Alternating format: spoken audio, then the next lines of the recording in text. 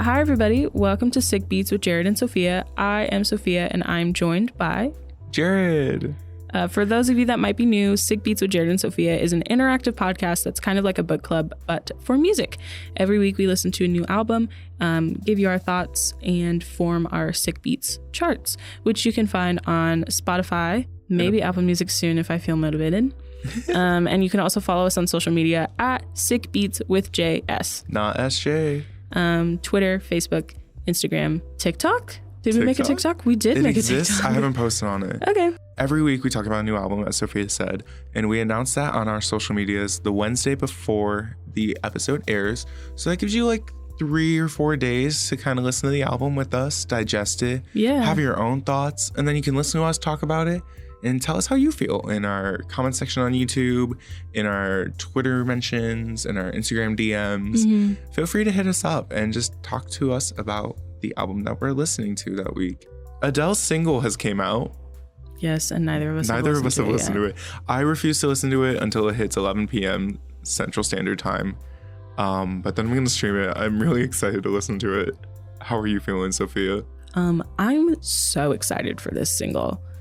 Adele has not blessed my ears since I think when I was in high school.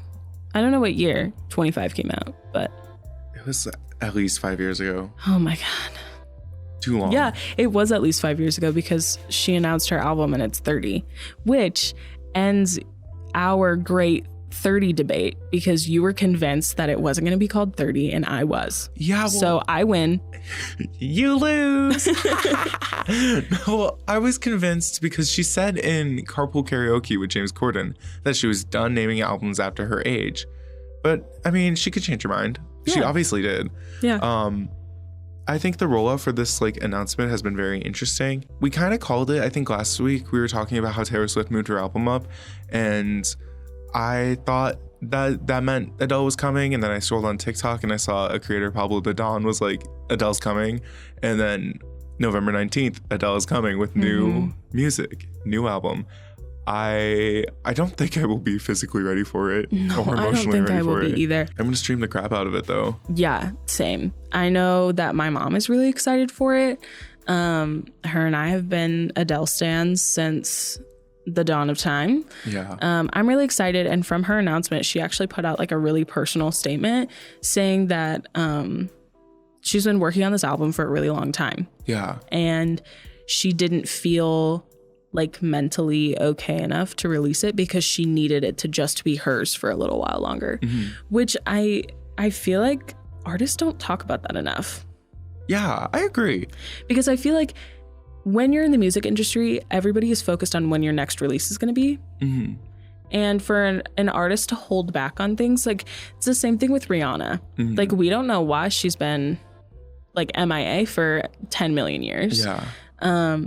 But basically in her like post on, I saw it on Twitter, it probably was also posted on Instagram. Yeah. She just said that like these songs on this album were there for her in a really dark time. She wrote them when she was in a really dark time and she just needed to keep it with her for longer. And now that she's kind of headed through the other side of the tunnel, she's ready to share it.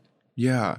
I've been reading a lot about it and I think she said, I was hoping to call this album 100 and then I would never have to release it, you know, which I think is interesting. And yeah, there's like a lot of pressure to be like following a 2-year release schedule. And then especially with like streaming services nowadays, it's like, if you haven't put out an album this year, what are you doing? Yeah. But it's like we've hit an era of quantity over quality. Mm-hmm. And Adele just always brings something so fresh to the scene.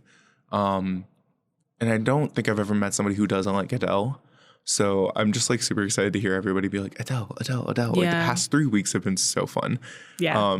Just being a casual Adele stan. Mm-hmm. But the week before Adele's album comes out, we're getting another huge album that isn't Taylor Swift's re-recording. I'm so excited. Silk Sonic has been moving this album around for like every month. They're like, what do we do this month or next month?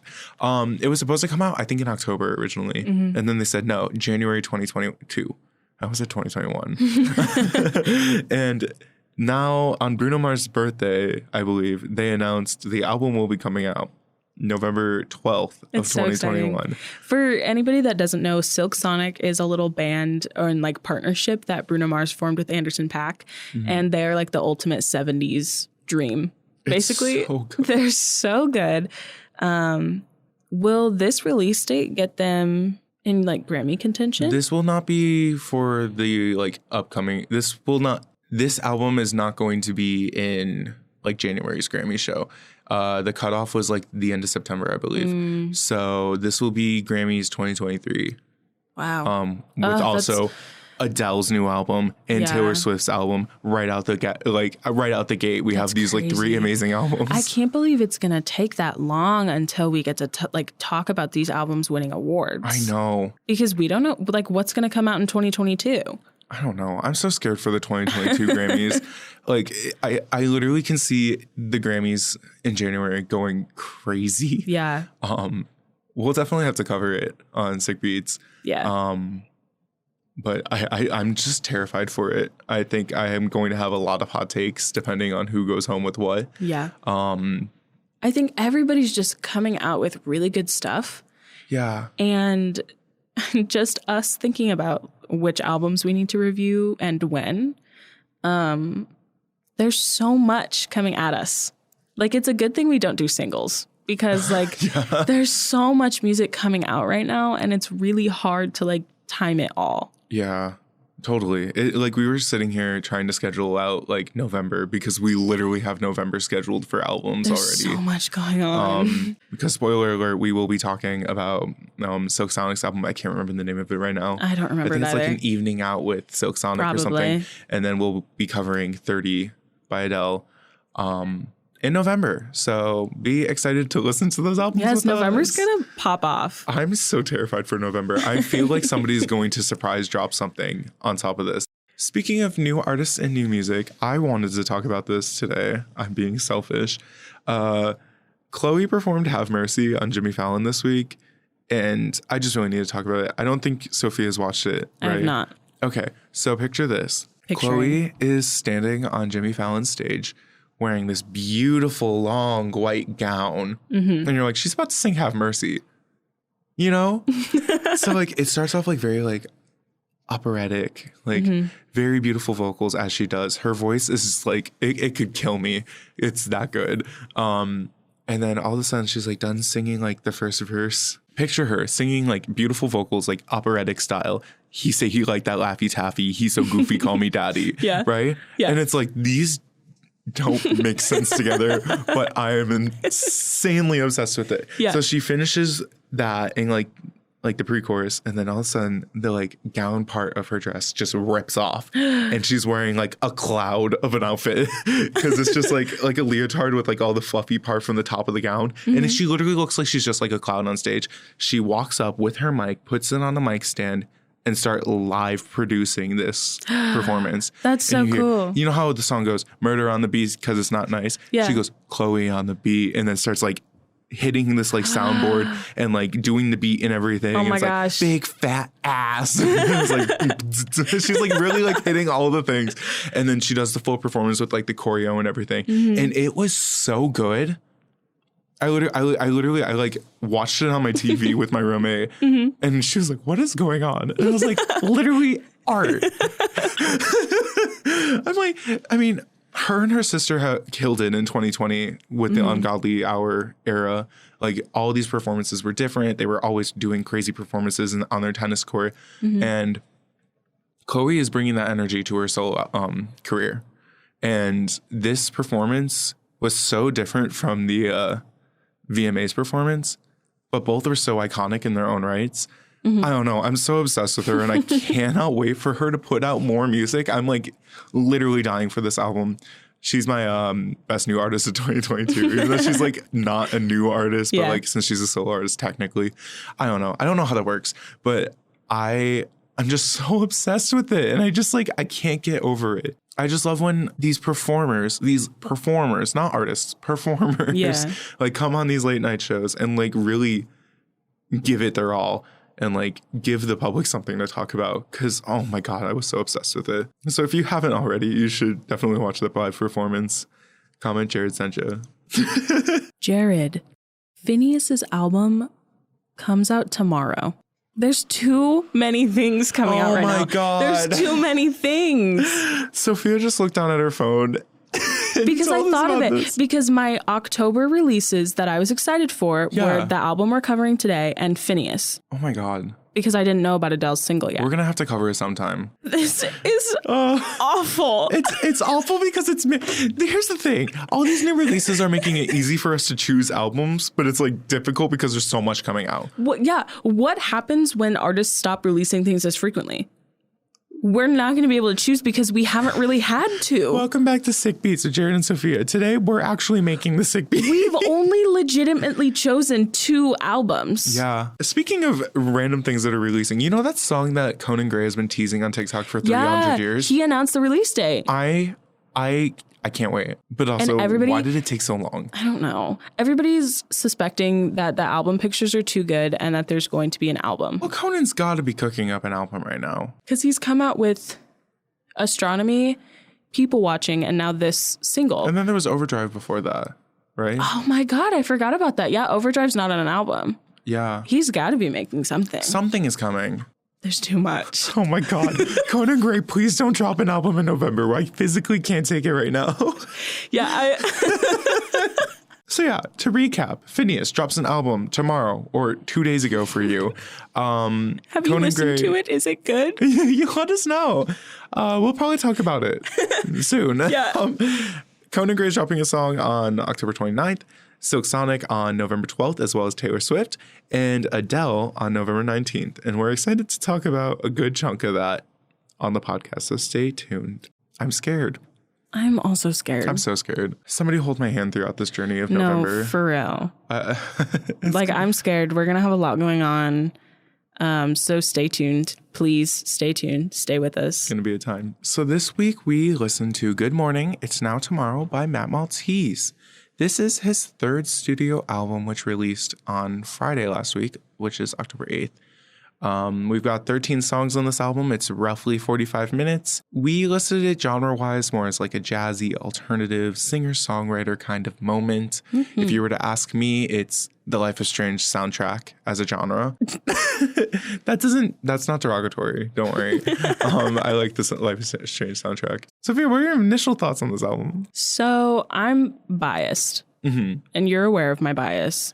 I've been listening to Matt Maltese for 4 years. First song I listened to was Even If It's a Lie, which I don't know if you guys know about Matt Maltese, but I don't know. Even If It's a Lie was just really good, and it was really sad, and I was like depressed in high school, and I just really enjoyed it. I love Matt Maltese. I love the style of music that he makes. I've been consistently listening to him. So I was really excited for this release. My boyfriend and Jared's boyfriend were also insanely excited for this release, and both of them listened to the album before Jared and I did. I know. Joe tried to get me to listen to it the night after it released, but we were stuck in traffic, and I was like, do not play it for me. It will ruin the entire experience for me. Yeah, I can't. If I listen to an album, because our recording days are Thursdays, if I listen to an album on like Monday, it's like I've listened to it too much and I'm burnt out. Yeah. My sweet spot is like listening to it all day Wednesday and then all day Thursday before recording.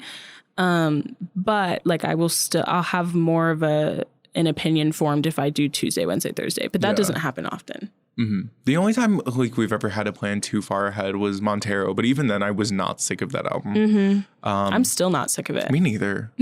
Album of the year. For real. Album of the decade, of the millennium. Yeah, I went into this album really hoping I was going to like it because your boyfriend and my boyfriend were super excited about it. And we're going to get into it. But I was about to say, are you about to spoil it? I'm not about to spoil it.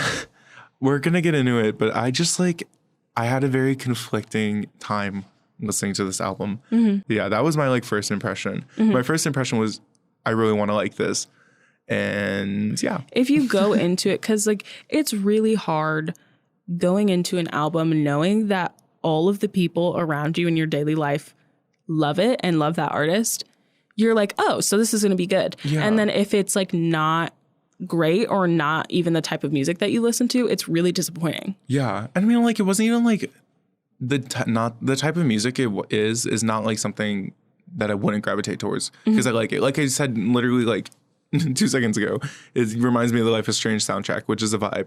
But like, I was just like having a hard time because I was like not vibing. And I was like, Sophia's been hyping this up for like 2 weeks now. And then I'm like, Joe really likes it. Oh. I like, to be fair though, I'm probably the only one that does not care what your opinion is. Like I allow you to have an opinion. I don't get. I'm joking. Because I am a fan. I'm about to expose myself. I'm a fan of Friends and Harry Potter. Like ride or die fan of Friends, Harry Potter, and also The Office. And lots of people don't like those things, especially Friends and The Office. I'm a type of person where I allow people to have opinions. If you don't like something that I like, I'm not about to force you to like it. Cool. So you're not going to shoot me halfway through this podcast? No, I'm not. I'll probably just like laugh. Like, okay. Yeah. Just kidding. All right. Well, I don't really know how to summarize this album. I don't know either. I'm not really sure what it's about. Yeah, me neither. I'm not going to lie. I just think like it's 13 songs that are vibey and you're going to like them or you're not. Yeah. That's kind of how Matt Maltese is. You like it or you don't. He's kind of like quirky, I guess. So quirky. Like, I don't know how to describe it, but the subject matter of his songs is like, if that's your thing, you're going to love it. It's like very laced in like interesting metaphors and like kind of like poetry, but not. I enjoy the lyrics. I really enjoy his lyrics are really fun. Yeah, I don't know. I mean, sometimes they're sad, but for the most part, they're like really fun and like different. Like he thinks outside of the box, like really heavy. Like his songs are almost abstract. The first track on this album is a song called Good Morning. I'll say this probably for a couple other songs, but since I kind of know what his past work is like, this album is a really good mixture of his old stuff and his new stuff, in my opinion. And there's a few songs on this album specifically that give me Beatles vibes and like different era of Beatles vibes. So I have written down Beatles vibes back when things were really fun and carefree and they weren't on too many drugs yet. I think that this song vibes really hard. I like the like quirky little guitar line in it, like the da da da da da da da da. You don't have to keep that in, but I'm keeping it in. Oh no. I like the guitar line. I can't help but like bob along. This song gives me a lot of serotonin and I'm not sure why. Yeah, because if you get into those lyrics, yeah, they're insane. They're like, we killed the witch and we're filled with sorrow. Like, yeah. I really like the chorus of this song. It's literally just, you keep pushing all your demons away. I'll help you push your demons away, which is like, oh. Yeah. It's also saying like very like kumbaya, like holding hands in the flower like, field. Like, yes, yes, it gives me that vibe. Forth. Yeah. Yeah. I wrote down specifically about the song. It sounds delightful and the lyrics are so culty. It's like, we're going to kill the witch. We're going to meet together at dawn. Nobody can know about this. We are brothers now. You know, like it just like, it feels very intense, but at the same time, it's like very smiley. Like the Beatles before they did drugs, but like we were about to touch the drugs. Yeah. You know? They were reaching toward the drugs. Yeah. This song started and I was like, okay, we're going to vibe. Like I enjoyed the song a lot. I also like the chorus a lot, the whole pushing all your demons away idea. I thought it was cute. And then I looked at the lyrics past that chorus and I was like, oh, God. I also like that. I love in a Matt Maltese song where you can hear his accent. And the verses of this song, you can definitely hear his accent. And it's just like kind of fun. Yeah, I don't know. It's quirky. Fun to like sing it in the accent. I get a lot of joy out of that. I love it. The last track on this album is Cacao. It's slower and a little more somber than Good Morning, which I like the contrast from the beginning to the end. I wrote down, it gives me mad Christmas vibes, and I can't explain it, but like the backing, like the instrumental is like giving me like Charlie Brown Christmas for some reason. It's a confusing hot take. I'm sorry. And that's not negative. I like it. It feels comfy. It feels cozy. It feels like I'm at the fire with my tea. Yes. Even though I don't have a fireplace. Yes. You know, specifically from the chorus, he goes, I want what I can't have, but I don't want what I can. And that's the recipe for being alone. And Girls Lonely. Girls Lonely.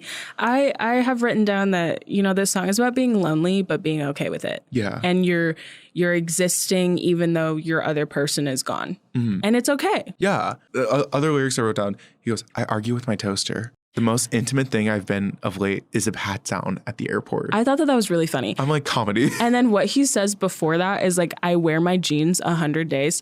Girl, me too. I don't want to do laundry. Same. If there's not a stand on them, keep going. You know? Yeah, I have written down, this song makes me want to curl up in a blanket on a rainy day. Yeah. And just like exist, maybe have like a warm cup of coffee there. When I first listened to this song and the chorus came on, because to give you a little bit of context, the verses are really quiet and the chorus is like loud. Yeah. Like he comes in with so much power and so much emotion. I get goosebumps every single time he starts singing like, I want what I can't have, but I don't want what I can. It's so simple.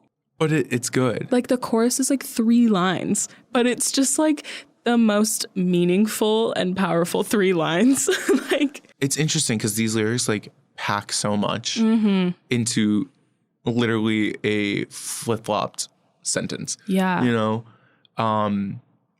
I was like, as this is the last track, and as I've mentioned earlier, I had conflicting thoughts listening to this album. I was so genuinely happy when that chorus hit. Oh my God. I was like, he's giving me vocals. There's nothing like listening to this specific song for the first time. Yeah. Because you don't expect it. Yeah.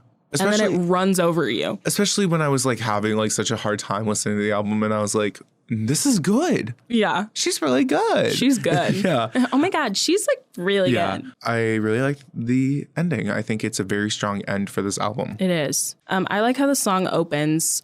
In the pipes of this city, the rodents open up their eyes. The hover trains begin their lives like I do without you. I'm really about to cry right now. Yes. Like I have BRB crying with a bunch of question marks written. It's just so good. And I like how the song is about being lonely. And I like that he writes about being lonely but still existing and like being okay. It's very functional. It is. And it's very realistic. We get so many songs from artists that are like, I'm alone. I'm so sad. I wish you were here. And not enough of like, I'm just living my little life. Yeah. Even though both are relatable for me. But like, you know. Yeah. Sophia, why don't we get into favorite tracks? Favorite tracks. So the first song on my favorite tracks list is Good Morning, which we've already talked about. I just think it gives me a good serotonin boost. And the next one on my list is called You Deserve an Oscar. This, I believe, was one of the singles that he released before the album. The verses in the song are really random, and they're just about like random activities. For example, the song opens with clap your hands and catch a fly, bite an apple, shut your eyes, moisturize, your skin is dry. Like, they're just really random, but I don't care because like it just vibes. I really think that the chorus is strong in this song. It's just, you deserve an Oscar. You pretend like nothing's wrong, even though every day something else happens. And like you, what does he say? You carry yourself like the greatest actor, acting like the world is not breaking up before your eyes. You deserve a prize. I don't know. I just really like the chorus in the song. Again, the instrumentals in it are really vibey. And this song is another one that gives me Beatles vibes. This one is like less direct Beatles vibes, but like it's still there. Yeah, I feel that. There's like definitely like an influence in there for sure. I really like the chorus too. And I like that idea of like, nothing's wrong with you. I can't tell. Yeah. Like, okay. Future EGOT winner. Like, my God. You know? I don't really have like too much to say about the song. I did enjoy it. To say. My first favorite listed is a song called Lobster. I don't have any like real words to describe this song or really talk about it. This was one of the first tracks that I like actually fell into when I was listening to it for the first time. I was keeping notes in my notes app for my initial listen, which I never do. I just like did for this one because it was track 2 specifically was when I was starting to like get thrown off. Yeah. And I was like, what is going on? And then track 3 played and I was like, this isn't hitting me. And then You Deserve an Oscar played. And I was like, okay, I like this one, but what is going on with the first 2 songs? Yeah. Or like the second 2 songs. And I was like, I don't know what's going on. So I just started writing in my notes app, trying to figure out where my words were. And all I wrote down for the song was, I think this is my favorite one so far. It sounds very nice. It, again, kind of gives me those Life is Strange vibes. I feel like I'm in like a story-based kind of game. I feel like I'm a character that's being watched. I'm like trying to get into the door and they're like, no, what about your like backpack? I still need to check this. You know, like that TikTok meme. Yeah, I don't like literally have anything to say. The lyrics are bizarre. They are bizarre, which is a common theme for most of these songs, is that the lyrics are odd. And you mentioned that he speaks a lot through metaphors. Yeah. And I just think that that's different and like kind of cool. Mm-hmm.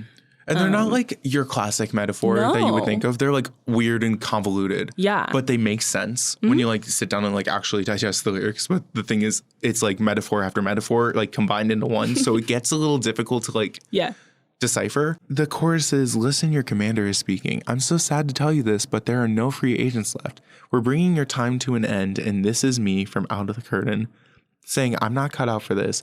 Quest for Orange Wednesday's lover. Guess I'll never be a Red Lobster. What does that mean? I don't know, but I have this song written down in my honorable mentions. I love the chorus. The chorus, again, is so strong. I don't know what it's talking about. First couple times I listened to it, I was like, where is the lobster coming in? Yeah. And it's just that one line in the chorus. I thought this was the sister song to BTS's Butter. Oh my God. I'm sorry, that was so stupid. No, but that was so funny. If I'm reading into it, I think it might be like that feeling of not like feeling like you're belonging. So you're feeling lonely because like the whole theme is like really loneliness. But I don't know. It just sounds good. Like, and like, why can't he be a Red Lobster? Yeah. And this is the first song on the album other than Good Morning that I fully was immersed in. Yeah. And like nothing was pulling me out and being like, what did I just hear?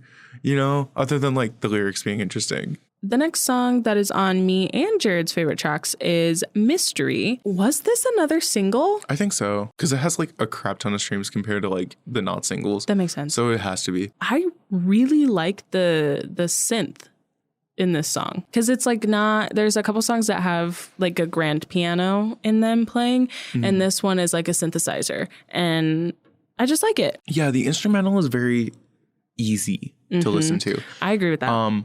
This was like, again, one of the next songs that like really grabbed me and like I like after like 1 and 2 listens I like actually really enjoyed. Yeah. I guess to like get into it, a little bit of a spoiler, I really have an issue with the tracks that showcase and feature a lot of his upper register and his vocals. Which I was surprised that this one ended up on your favorites because he is in his upper register for a lot of this song. But for some reason, it's not that bad for me. Like it's less aggressive. I think there's something about the mix of this song and like the effects put on his vocals.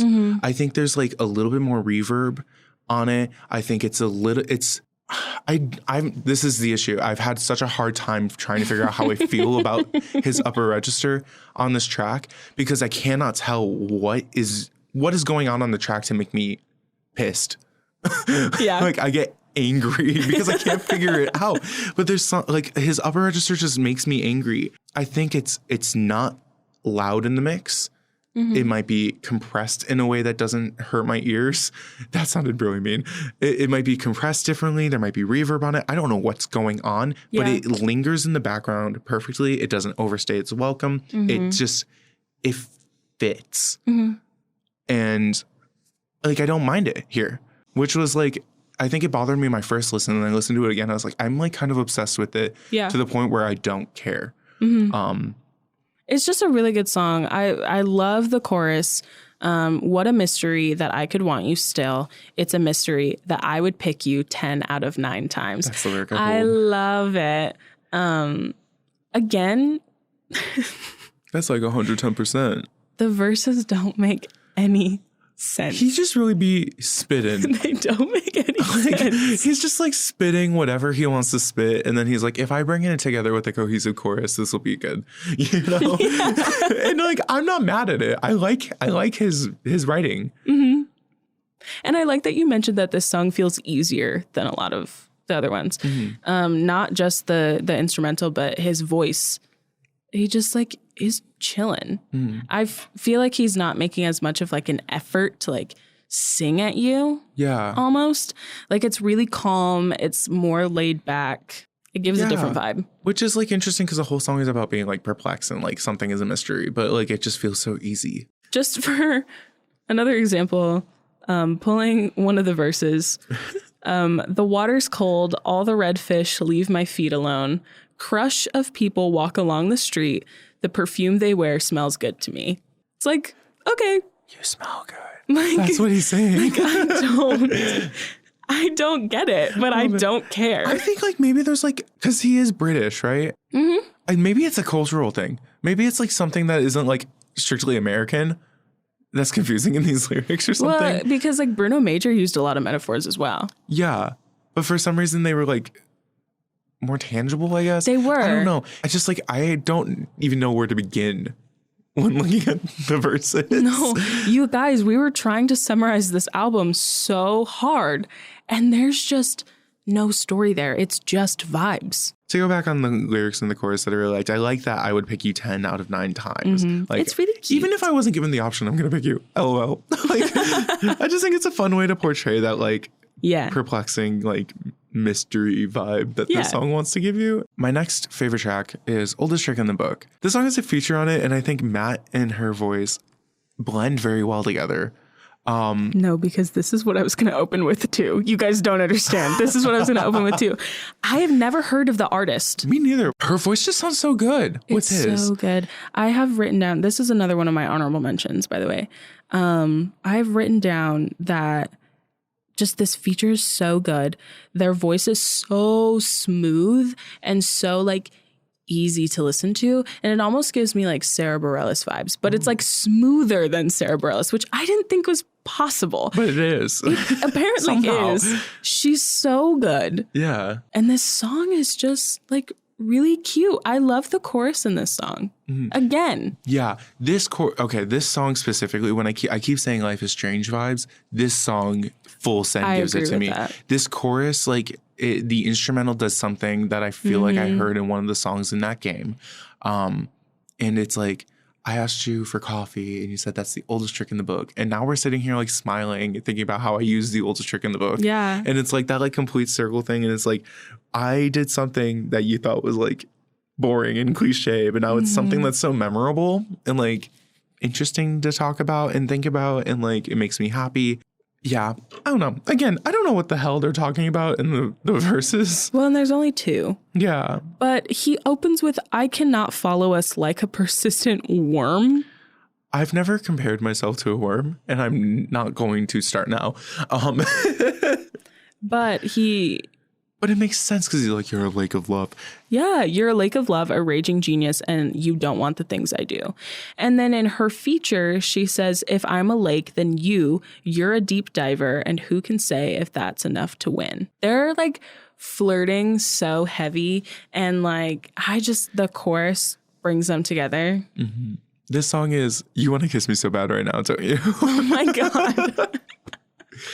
Yeah, there's something about it. I really like it. Because like the story that I'm getting from this is that they did date, and because the chorus is about their first date and they're not anymore, judging by him being like, you don't want the things that I do. Yeah. And her being like, who can say if that's enough to win?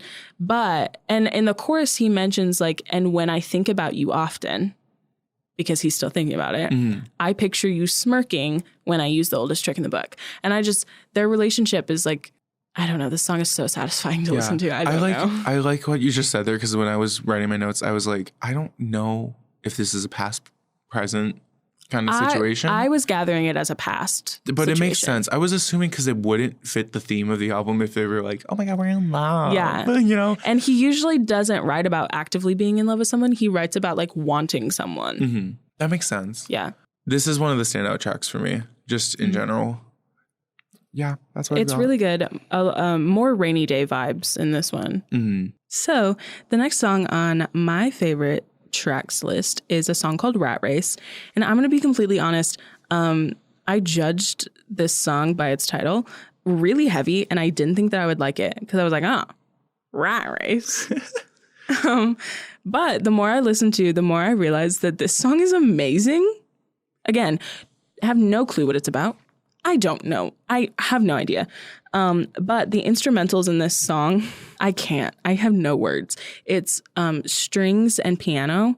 And I'm a former orchestra kid, and I just want to play the like accompaniment for this song. I feel that. I almost put this in my favorite tracks, and then I said no. But I didn't put it in honorable mentions because I like it sonically. But the first time I listened to it with my volume really low on my headphones because I just got in class and somebody was talking to me. Mm-hmm. And the second time I listened to it, I did not pay attention. So like I like how it sounds. That's I just have not given it attention, you know? Yeah. But it's a good one. This is another one where I truly don't know what it's about, but I don't care. The opening line for the chorus is just what a nice day for a rat race. And I just like, it makes me kind of chuckle because like, why is this song about a rat race? What is a rat race? Are they gambling on the rat race? I don't know. I'm confused and I don't care. He says everybody knows how the game's played.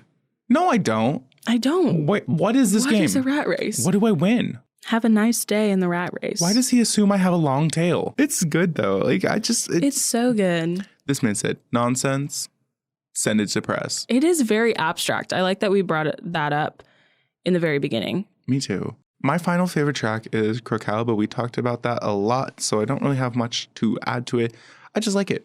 It's Listen really good. To it. Big power, big vibe. Moving on to least favorite tracks. Jared has the first one chronologically, so I'll let him go first. I just want to share the vibe that I'm feeling right now is very much the photo of the Simpsons kid on the bus saying, Chuckles, I'm in danger. I've been trying my best not to be super negative about this album because there are moments I genuinely enjoy. But when I put these songs on my least favorite songs, there's a specific reason why I've brought them out here. And they have all the issues that made tracks not as immersive for me, but to a point where I'm like physically angry. I'm like actually upset. My first least favorite track is Shoe. I think the lyrics are fantastic. I love the idea of a partnership being shoes. Yeah. Like, you're my left shoe, you're my right shoe. Cool. It's giving Barney. Oh my God. It's giving. Okay. This song makes me feel like I'm listening to a song that was made for a cartoon that was meant to like stimulate the minds of children and to purposely piss off the parents of the children.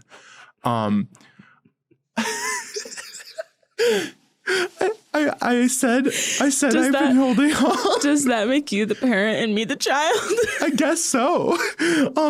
This song just pisses me off. The chorus is really simple. He's just saying, you're my right shoe, I'm your left shoe, we stand together. We stand together. I have no issue with it lyrically.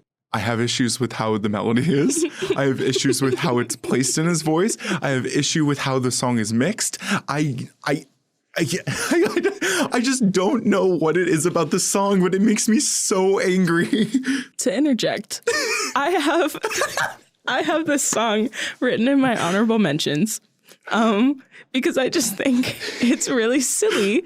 And this is the Beatles era that I was talking about. Like, this song gives me big Beatles vibes. This is the full drug, though. This is Beatles on drugs. This is Strawberry Fields. This is what's that one song? Like, I am the walrus. Cuckoo, cuckoo, cuckoo, cuckoo.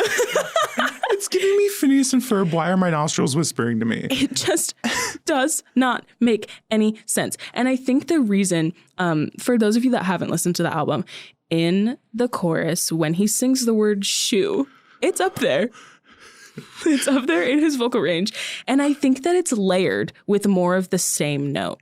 And I think that's why it cuts into your brain so hard. That is the issue. That's the issue for me. It's because I'm getting so worked up. The issue with this for me, and the reason I think it's the mix specifically, is because, first of all, I don't like his upper register. I'm just going to be blunt. I don't like how he sounds when he's singing his upper register. I think he thrives in a mid to low range. Yeah. But he stacks these vocals on top of each other with just enough a delay, just enough of an echo where it's not like a reverby sound. Mm-hmm. It is like, it's like if I were to be talking to Sofia, it'd be like, hi, how are you? Hi, how are you? Hi, how are you? It's like, why? And like, this is going to sound mean. The note that he sings the word shoe in is so harsh. It like holds this ooh so ugly. Well, and belting or like sustaining the word shoe is like already not going to be very pretty. Yeah. It's giving middle school musical with a bunch of kids who think they can sing, but they can't. I'm going to cut that. Take. That was too Hot mean. take. No, that was so funny. That was so funny. It's just the way it's mixed. I don't like the vowel he's singing. I don't think the tone is right. It's a comedic track and I like the lyrics. I like how absurd it is. I just cannot listen to this track. I should put it on my chart so that when you listen to every Sick Beats chart ever, it attacks you. Put this on your chart, the podcast is over. Just kidding. But just to point out some of the lyrics that I do like. He says, I want to walk around you like a child in the museum. I think that's cute. As soon as this word shoe is sang in the chorus, I'm running to the button that is going to skip the song. I think this is the bridge, maybe? No, this is the second verse. Everybody is a sheep in the club tonight. We are very crazy for you. Won't you take a look at me? Because we fit just right. I'm 11. You're 11 too? Wait, does that mean age? I don't know. I don't know. This one should have stayed in the drafts, I think. The chorus, I agree. I know why you don't like it. I just think that it's like silly and goofy, and that's why I kind of like it. But I do like how he leads up to the chorus. He just says, and I don't even have to say these words, but I do. And it's like the but I do is really low, and it like really leads up to something. And then it's just like him in the stratosphere singing, you're my right shoe, I'm your left shoe. Yeah. I don't know. On paper, this should be a song I enjoy. I think the absurdity of it is great. I just can't handle how it sounds. I'm just like so angry. Mm-hmm. I don't know. All right.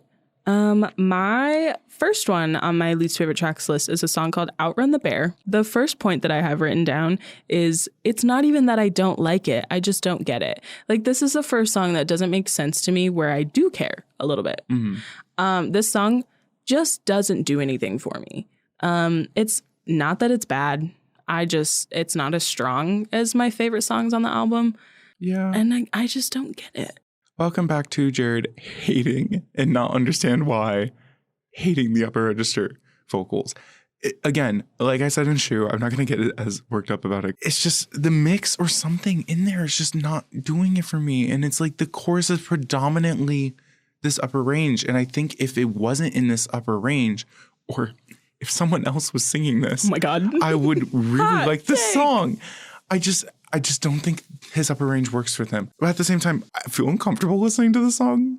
In the second verse, he goes, I found you watching porn the other day. Yeah. And I hope I can replace that porn. Yeah. I hate it. I don't like it. I was going to bring that up as well. It was just feeling it's just a little too weird. But I do like I think the idea of the song is like, you're going to sacrifice your person. No, like you're going to sacrifice yourself for a person. You don't care what happens to you. You just want that person to thrive kind of a thing. But then the whole I saw you watching porn today thing, it just takes it a little too overboard for me. The thing though is that in the chorus he says like, you don't have to outrun the bear, I'll fall for you. And like I took that like thinking outside the box, saying that like if you guys are both being chased by a bear, I will fall for you so you can escape. That's how it took. Like I will fall and get eaten by this bear so you can escape, which is like, aw. I'm gonna sacrifice my whole life. But I don't you. like the song. Yeah, I don't know. I don't feel as passionately angry about this one as I did about Shoe. Yeah, it's more of a normal song. It's just kind of like odd. It just makes me feeling. It just leaves me feeling very uneasy. I don't know. I skip this one a lot. My final least favorite track is 1,000 Tears Deep. I'm actually very upset that this track is here, because I like the idea of it. This song starts with like, welcome to the Fellowship of Sadness. Welcome to Here the we Fellowship cry of Sadness. all the time. There's complimentary liquids, and please try not to smile. It's such a fun concept, and I really like it. And then that chorus hits, and I lose my mind. I don't even remember what the chorus of this song sounds like. Spoiler alert, this song is also on my least favorite track list. Again, it doesn't do anything for me. I don't remember, like every time I look at the title, I don't know what it sounds like. It's just like a classic. Like I just don't remember this song. I think the concept of this song is very campy. It's very fun, but it's, again, my issue with his upper register really hits here. And at first, like when I was first playing the song and the chorus hit, I wasn't as upset about the upper register because it's whatever is going on with those vocals and that higher frequency was fitting in the song. Yeah. But then he sings a harmony on the word more in the chorus, which let me pull up the lyrics. The chorus is, "You are 1,000 tears deep, but you are more than your wet cheeks." Which lyrically is very cute. But he sings a harmony on the word more, and it is the most shrill sound I've ever heard in my life. That was dramatic. But it's just like, it just sounds out of tune, off pitch. It's too loud in the mix. The U and the R aren't that bad. Yeah. They're like up there. It's annoying, but it makes sense with the song because it sounds like he's crying. You know? But then that more kicks in. You know what it sounds like? It sounds like a freaking meow. Meow! Or like, I don't know. It just sounds sad and like pathetic. But like just that more, again, the harmony on the U and the R are not that bad. The more is kind of rough. It's and just so rough. When I just listened to it and they quiet that specific word down in the harmony. And I think they did that for a reason. They could have quieted it completely. Oh my God. I mean, I in my notes I wrote, I cannot get past this upper register. When he sings that word more in the backing vocals, it turned the song from an honorable mention to me to a least favorite track. It was that one word in the chorus. That's so funny. And it was like, I was so upset because that note physically pains me. And I was so upset because I was vibing so much with the concept of the song and I wanted to like it. Yeah. And then it got ruined for me. I was like so sad. I was sitting on the shuttle going to campus. Like I was going to campus and I was listening to this song and I was like, okay, maybe it's coming up from here because I was not having a good experience up to this point on the album. And I was like, okay, I like this. This is a fun concept. More! Fuck! You know? I can't get past it. I don't know. That's enough of me being Simon Cowell for today, but I'm just, I don't have any other words for the song. I don't know. I forget about it. The last song on my least favorite tracks list is a song called Looking. I believe it's the third to last track on the album. My thing with this song is that this song specifically, it has good lyrics. His vocals sound good in it. It's a vibe. But I think it's a little too slow for what I'm looking for in like me listening to music right now. That's valid. So I feel like I'll like it more as the weather gets colder and as I'm like more in the mood for slow music that doesn't like move a whole lot. Once you've taken the downer that is Adele. Yeah. No offense. I love Adele.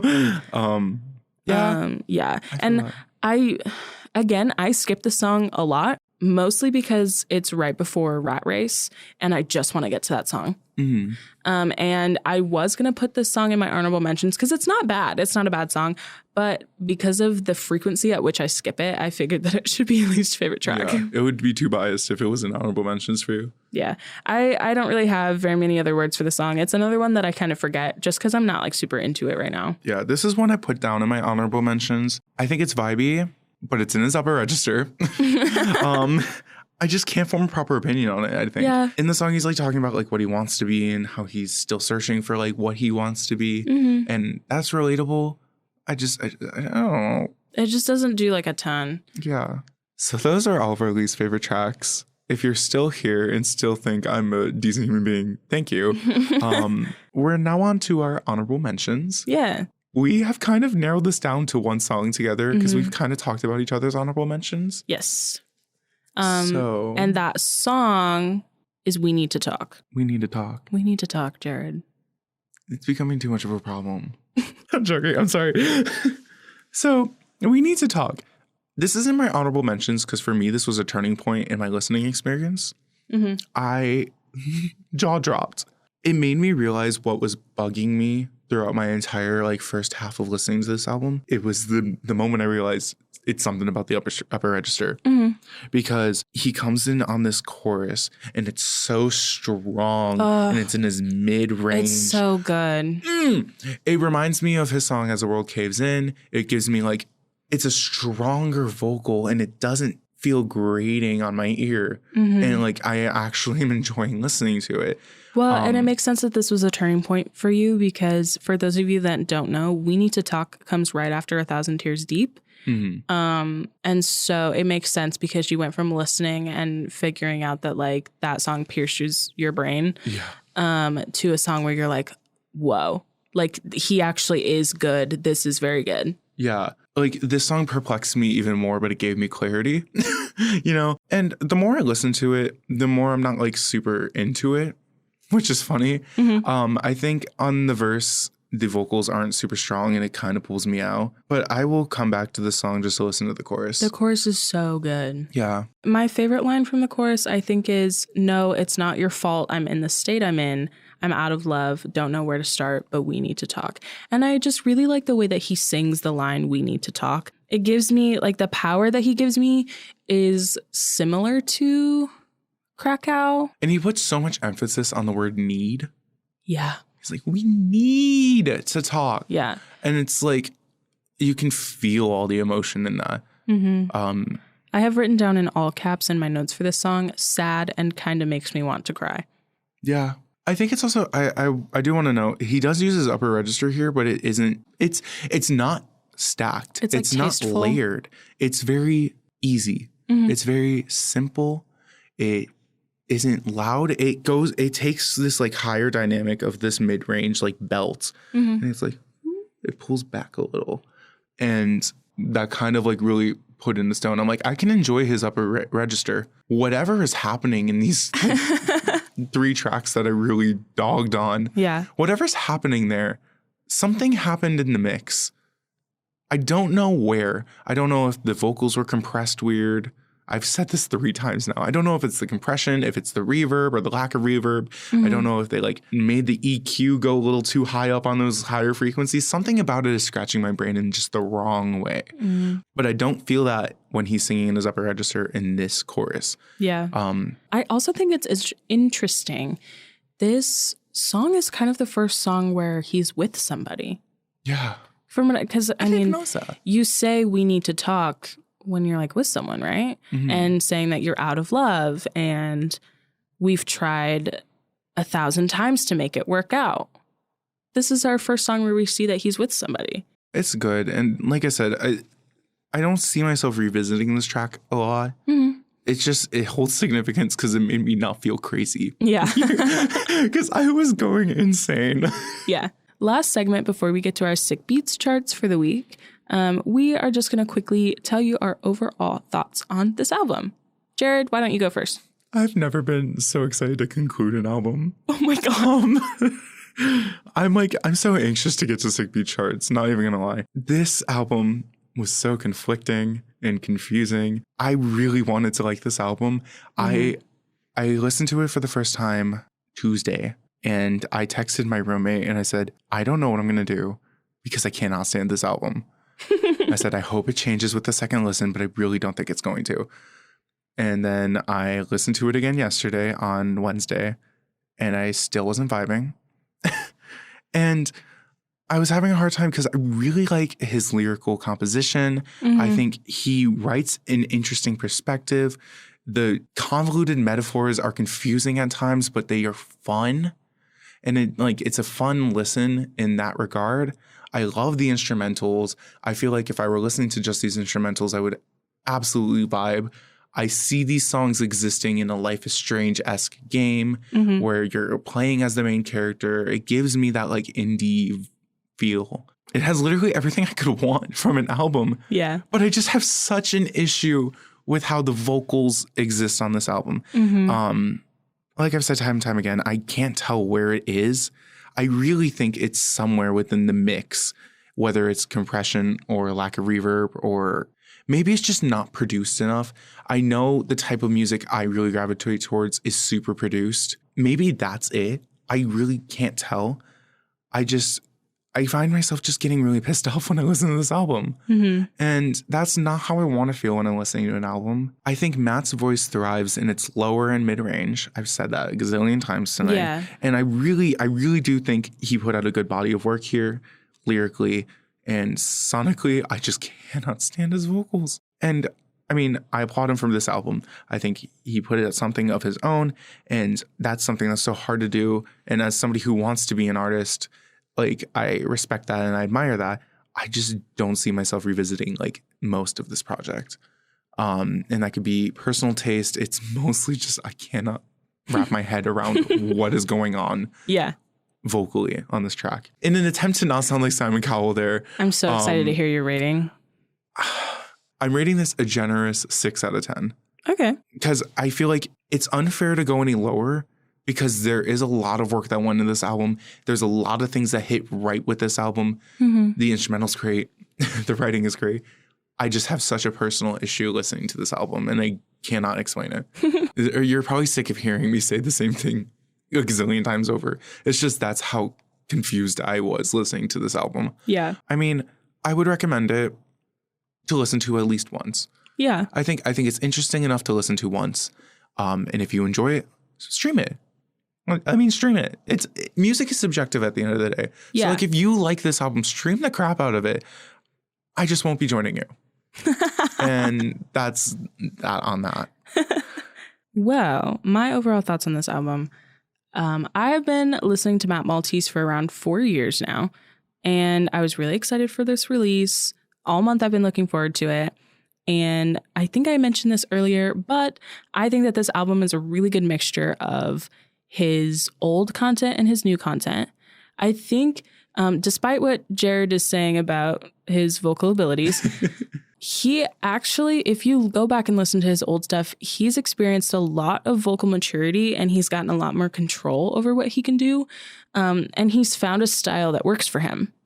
And I do believe that this style really, really works for him. It's a vibe. I enjoy listening to this album. I have a few skips. That's very normal for an album.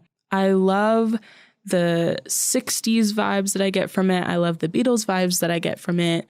I saw somebody mention online that Matt Maltese is November, like the songs that he released are just the month of November, and that this album represents that month really well. And I completely agree with that. I love an album that will make me want to kind of curl up and like cuddle up. And whereas like Bruno Major's To Let a Good Thing Die made me want to like curl up in a ball and maybe like die a little bit. This album like makes me want to sit out on my 3-inch long balcony in my dorm and drink a cup of coffee in the rain. That's a vibe. And overall, I think that I'm going to give this album an 8 out of 10. We had stark differences in our ratings. I like where he's going sonically. I think I was spoiled by the few standout tracks that I've heard in the past, which is As the World Caves In and then Madhouse. I think Madhouse is such a vibe. I could talk about that forever. I think it just needs a little more polishing. I think it's in the mix. And I think if we were to put just a little bit of extra time into the production of the album overall, I think I would have vastly different opinions on it. Yeah. I'm sad because I'm not mad at the content other than the fact that the vocals don't hit me. Would you say there's more skips this time around than previous projects, or do you think it's around the same or less? Just because you've listened to him a lot. This is his junior album. And most of the other stuff that he's come out with have either been singles. There's like 1-2 track thing, which I don't even know what to call that. Does that classify as an EP? It's single, but plural. Oh my God. I don't know. And then their Madhouse was an EP. I don't think that there's more skips on this or less skips on this. Bad Contestant, which is the most recent album that he's come out with, I think had the same amount of skips for me. I think that he found his style and has stayed pretty consistently like in his lane. Yeah, I think that this stays pretty consistent with most of his other work. Cool. Yeah, because as I said, I've never listened to him before. So I wanted to get your perspective on that. So anyways, that was officially the lowest ranking of an album on Sick Beats from me. So far. Lots of music is coming out. Oh my God. Taylor Swift's Red, Taylor's version. 2 out of 10. Not red enough. Just kidding. Yeah, this has been an interesting episode of Sick Beats. And that has been Good Morning, It's Now Tomorrow by Matt Maltese. I forgot the album title for the thing. Let us know what you thought. Especially because we actually really want to know what you think this week, because Jared and I had differing opinions on this album. We want to know where you guys stand. If you don't want to listen to us ramble, go ahead, listen to the album, comment, message us, tell us what you think. at Sick Beats with JS. No, that's true.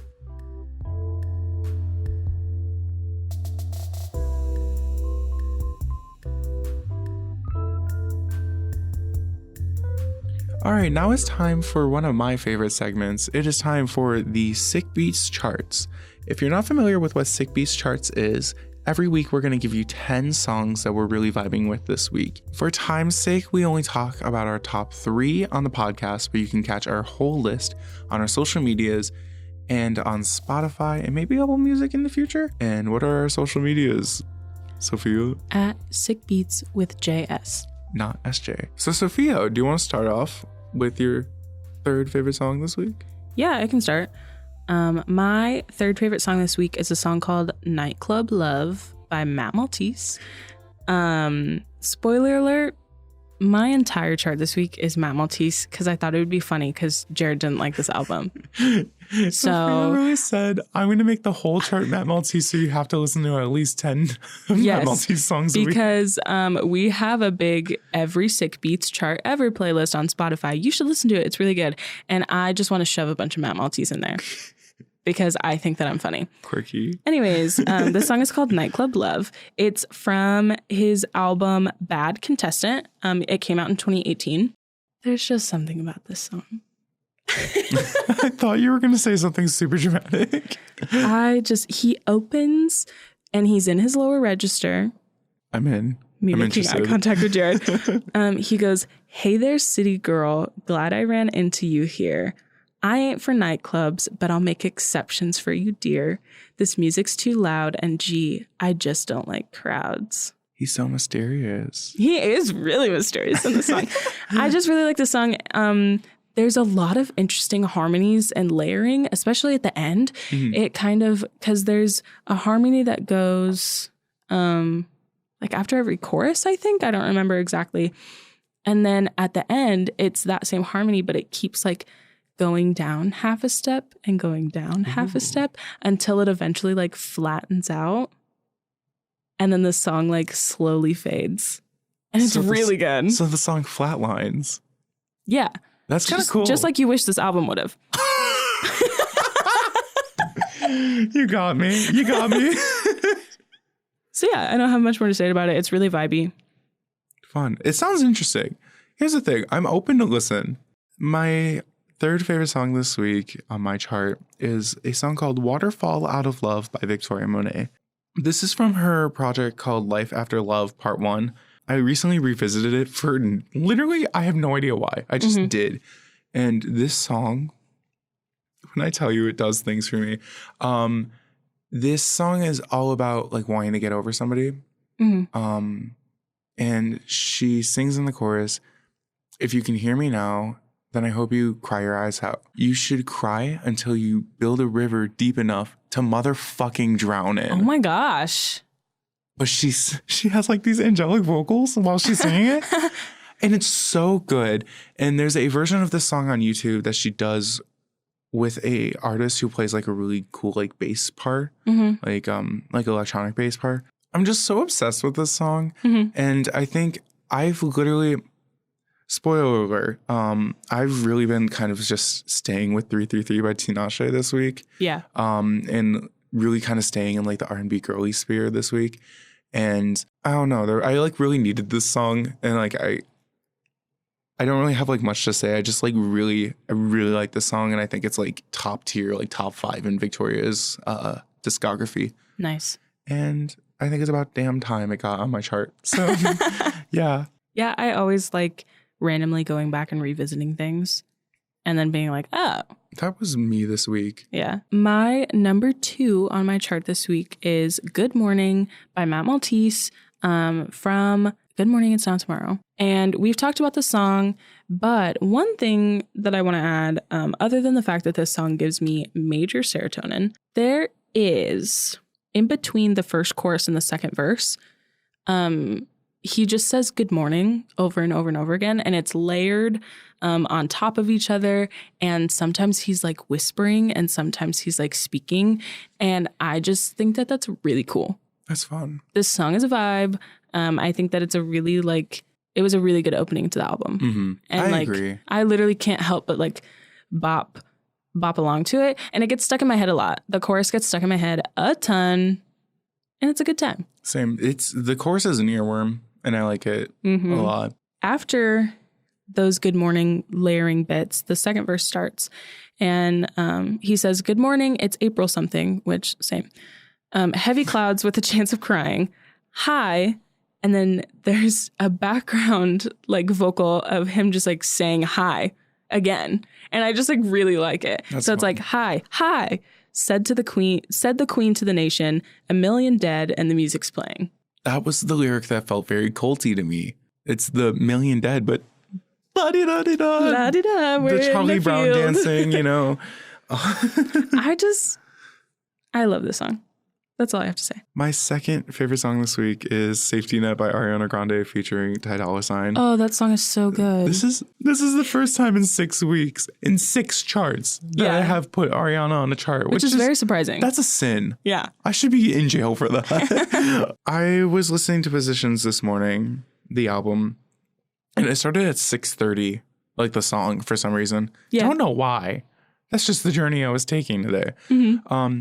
And then Safety Net played, and I think Safety Net is one of, if not the best Ariana Grande song, period. Hot take. But there's something about this song that I just really vibe with. I like the idea that it's like going into something new and you're really not sure. And there's no safety net. She goes tripping, falling with no safety net. Yeah. It must be something that you said. Is it real this time or is it in my head? And it's so realistic. It's so how life is. You are going through things in life and there's nothing there to save you most of the time. Yeah. Unless you have like a good support group and you're constantly with somebody.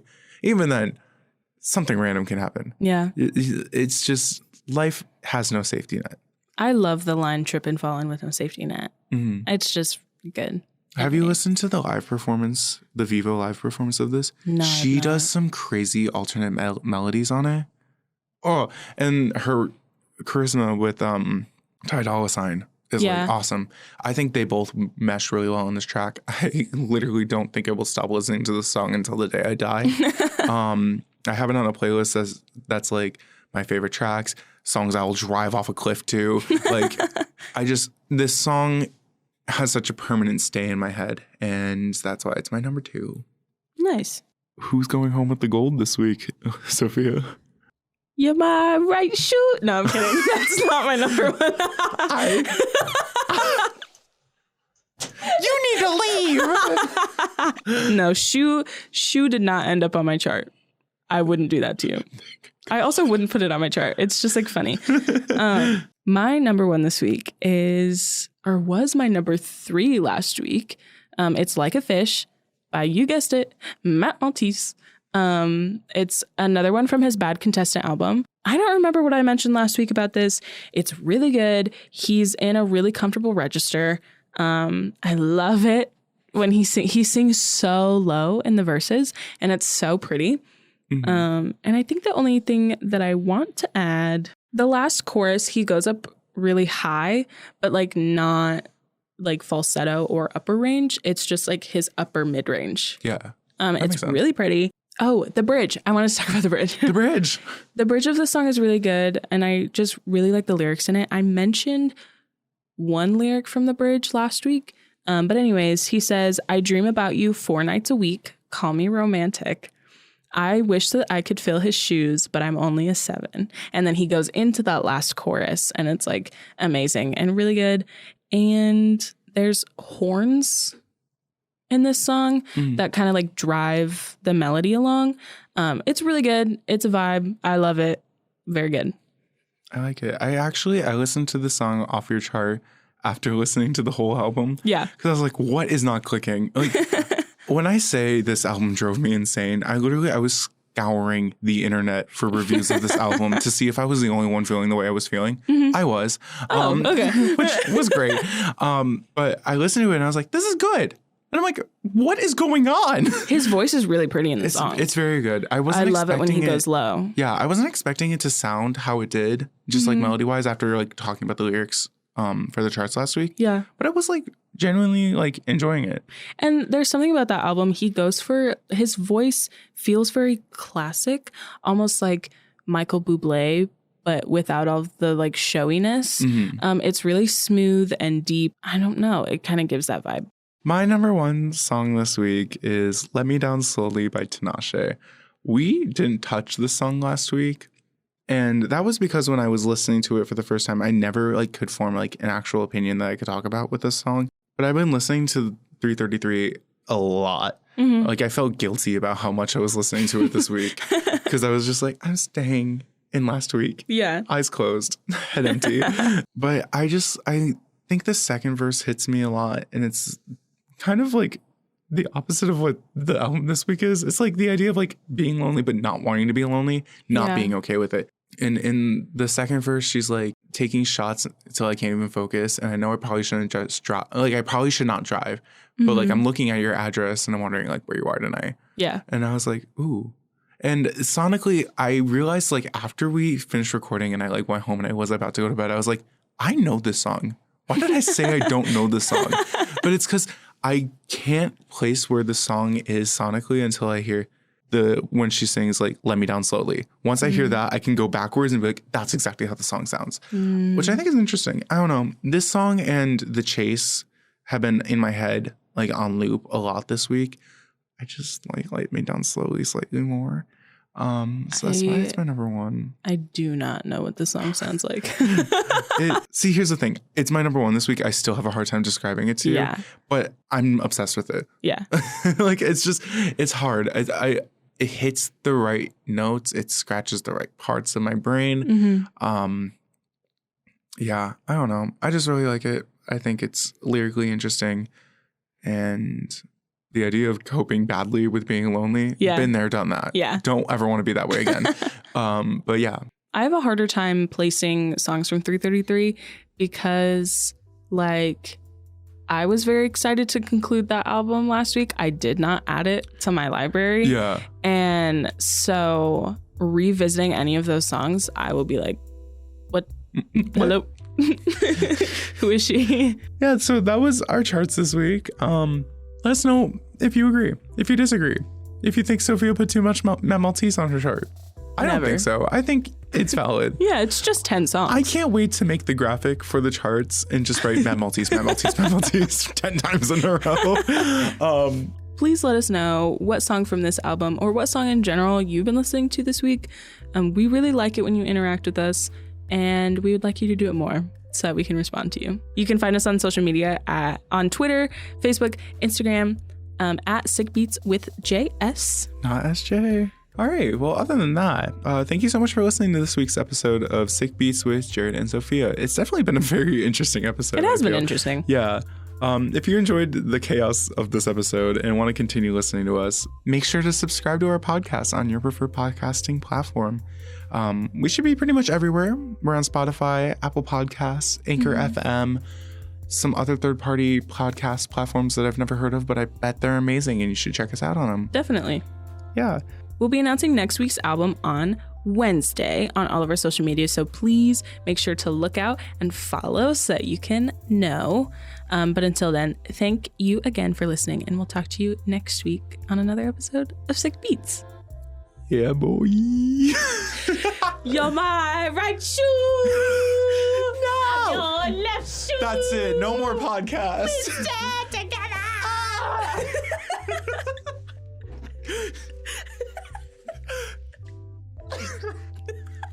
Next week, we're listening to Future Friends. Bye. Yeah. I forgot we were doing that.